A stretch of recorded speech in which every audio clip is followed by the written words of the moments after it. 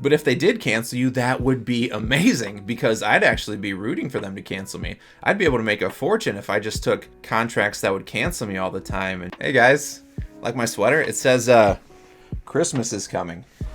It's like a Game of Thrones thing. Not sponsored at all, but yeah, I don't know. I just kind of like it. So in this video, I'm going to show you what makes travel nursing a risky career and what you need to do to minimize the risks, make them really little, not big, but little, so that way you can have a really good time with travel nursing and not ruin your life in the process. Okay, so it's not really that dramatic, but yeah, let's carry on. So with any big decision in life, it carries with it some measured amount of risk. And going from staff nurse to travel nurse is definitely a big decision. And as much as I'd like to give you a way to avoid every risk involved in travel nursing, I don't think there's a really good way to do that. So we can definitely take the risk and make them go from here to here, and that should help you out quite a bit. The first risk is that you might never get a contract. And the reason that's a concern is pretty obvious, but if you don't ever get a contract, then you end up being unemployed, making nothing for who knows how long. So we definitely want to minimize this risk, because I spent way too much time being unemployed when I decided to take the trip from registered nurse to travel nurse. And I don't think you should have to do the same thing as me. So one of the best options to minimize your risk in this area is to go contingent or limited service. I mean, some places call it per diem. It's basically the idea that you only have to commit, 2 days per month at a local hospital around your area. And the reason why this is really important is because if you think about it, if you already have a backup plan, for instance, if you're working as a contingent nurse, you can pick up to full time. So you will never have that gap in income while you're looking for your travel contract. The only downside is when you actually get a travel contract, then you have to work 2 days, at least 2 days a month at a place that you probably don't want to work at anymore. But if you can deal with that, then you're good to go. Another way that you can minimize the risk of never getting a contract is, and I've talked about this before, but it's about not being picky about your first contract. I mean, if you pick any location in the US, you're guaranteed you're going to get a contract as long as you have some type of experience, at least upwards of a year. But remember, if you're super picky with that first contract and you're setting things up in an exact specific way, then you might be getting ready for some failure and really bad times as a travel nurse, because you might not get a contract. You know, this is one of those things that I had to learn from experience, but because you're watching this video, you don't have to. Okay, and let's consider for a minute, what if this risk actually happens and you don't get a contract for a really long time? So it's at this point, I think it's really smart to put how much money you're going to be making as a travel nurse into perspective. So basically, as a general rule, before the crisis nursing and before the crazy high travel nurse contracts were out there, you could make easily 2 times what you were making as a staff nurse. And likelihood is you're probably going to make way more than 2 times what you're making. But just for the sake of a point, let's go ahead and say that it's 2 times. That means if you worked at least 6 months out of the year, then you would get your full pay for that entire year if you were just a staff nurse again. So I mean, you can go 6 months without a contract and still make the same amount as you were working the entire year. And as a travel nurse, it's almost unheard of to go 6 months without a contract. So putting that into perspective is really going to help. And remember in the back of your mind that all you need to do is work 6 months out of the year. That's only 2 contracts in the entire year, which is really easy to do. All right, let's move on to the second risk.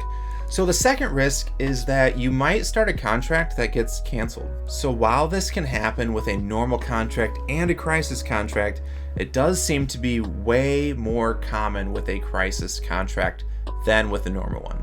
Matter of fact, every contract that I've taken, I have never been canceled, but because it happens, and it's definitely a possibility that it could happen to you or that it already has happened to you, then here are some ways that you can minimize this risk. The first way is to really understand what a crisis contract is, because this is the most common way that your contract will get canceled. A crisis contract is when a hospital says that they are in dire need of staff. They reach out to some people who make a lot of staff appear very quickly. The problem with that is that they know that not everybody is going to get all their information submitted within the deadline that they give to work there. So they always hire more than what they need. And that leads to the possibility of a lot of people getting their information in and then the people that are extra are going to get their contracts cut off early, which is the reason why you see this more in crisis contracts than you do with like a regular contract. But you can see how this is a concern, because I would hate to put all this effort into getting a contract just to have it canceled right before I start. I mean, that could set you back for a week, 2 weeks, depending on where you want to go and what specialty that you're in, which could easily be thousands of dollars that you don't want to lose because you want steady income as a travel nurse. There's no sense in working crazy amount of hours making insane money if you're only going to make it less than what you would need to get ahead. I don't know if that made a lot of sense, but that's I think we're just gonna go with that. But fortunately, there is something that you can do to minimize this risk as a travel nurse. You can add what's called a cancellation clause to your contract. And now I'm not sure if you can add this to every single contract, but I think you should definitely try to add it to as many contracts as you can. A cancellation clause would say something like, if I'm canceled within the first week or 2 weeks of my contract, then I am owed no less than 6 weeks worth of pay. Because the odds that you're going to be canceled after that 6-week mark are extraordinarily low. I'm not saying it doesn't happen, but what I am saying is that it is low. And usually, if you have a cancellation clause in your contract, then nobody is going to cancel you.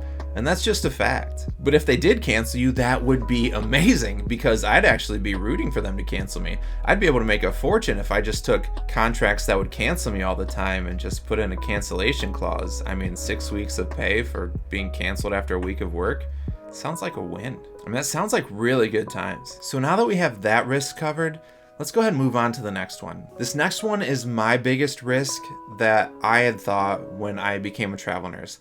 And it's that I might be spending too much time away from my family. So I know a lot of you guys have family. A lot of you are in a similar situation to me. And I know there are a lot of you out there whose situation is completely different, and you're like a single person who is free to travel the country and just get the best possible travel nurse experience. But those of you that have families want to minimize the time away from your family, unless you don't like your family, and then you probably want to spend as much time away as possible.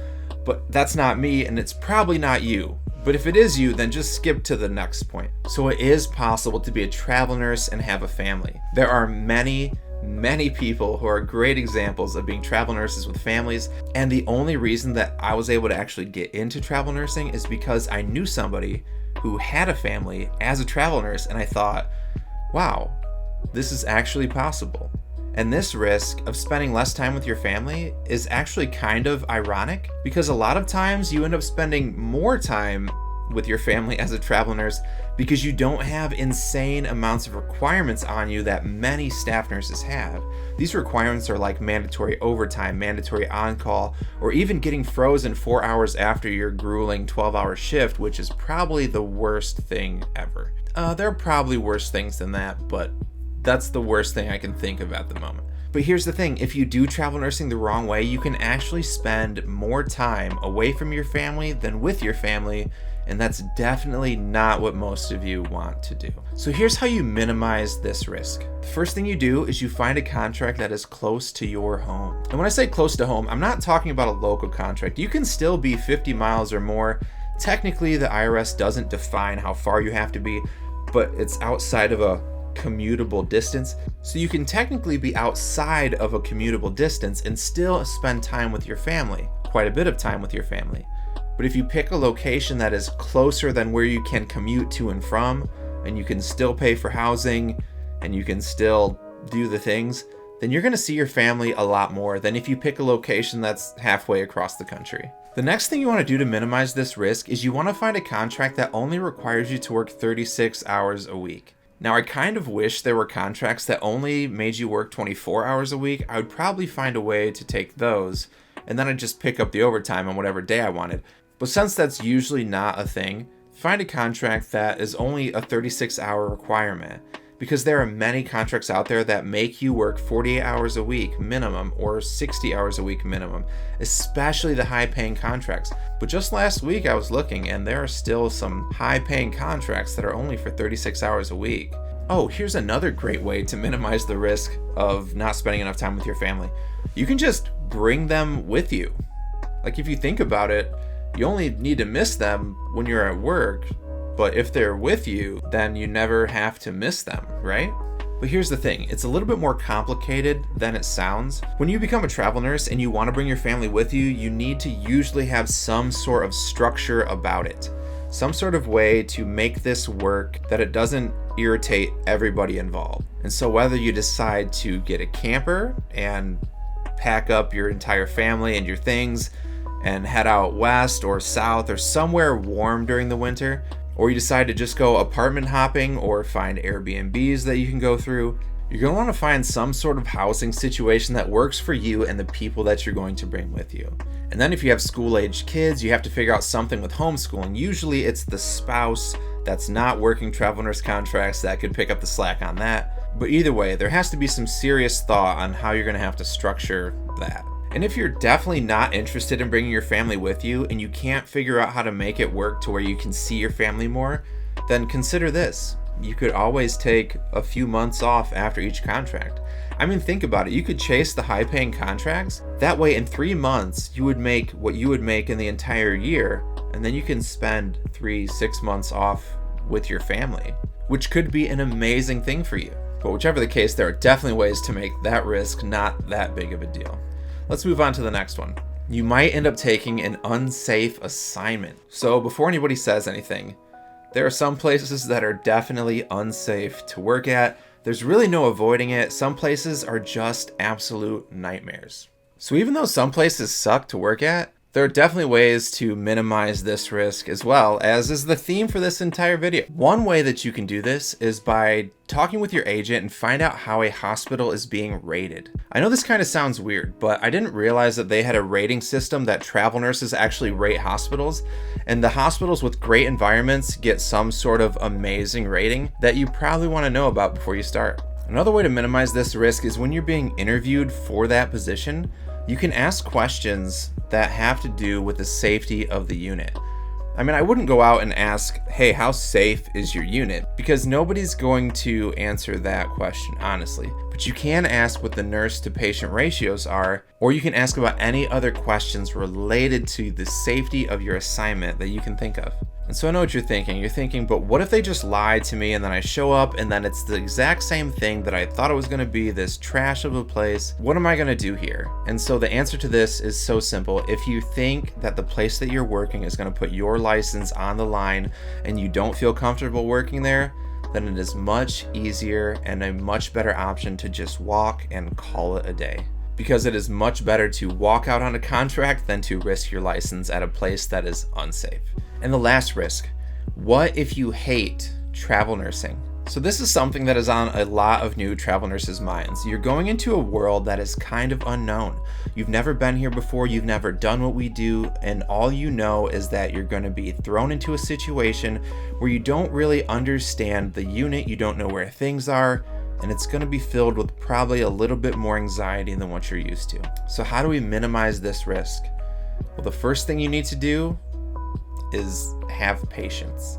The more time that you end up spending being a travel nurse, the more you're going to learn, the better your experience is going to be, and the more questions you'll get answered, which is going to definitely help you not hate travel nursing. The beauty about travel nursing is that a lot of people end up loving it. It has a really high percentage of nurses who love travel nursing compared to what they did before. But even with that said, let's go through some more ways that you can not risk hating travel nursing. You can research it. I mean, learning about travel nursing is probably the best way to find out if you're going to hate it or not. Well, you can watch all my videos. They're free. I put them online because a nurse that becomes educated about the ins and outs of travel nursing has nothing to fear when it comes to hating travel nursing, because you already know what it's about and you already know the life that you're probably going to start living soon. Plus, you get to learn all the mistakes that you can make as a travel nurse and avoid them. Matter of fact, I definitely made a video about the different mistakes that travel nurses can make and how to avoid them, which should be up on the screen right now. So just go ahead and click that video. Let me know what you think. Don't forget to like the video, subscribe if you're new. I'm Travel Nurse Rich. I'll see you next time.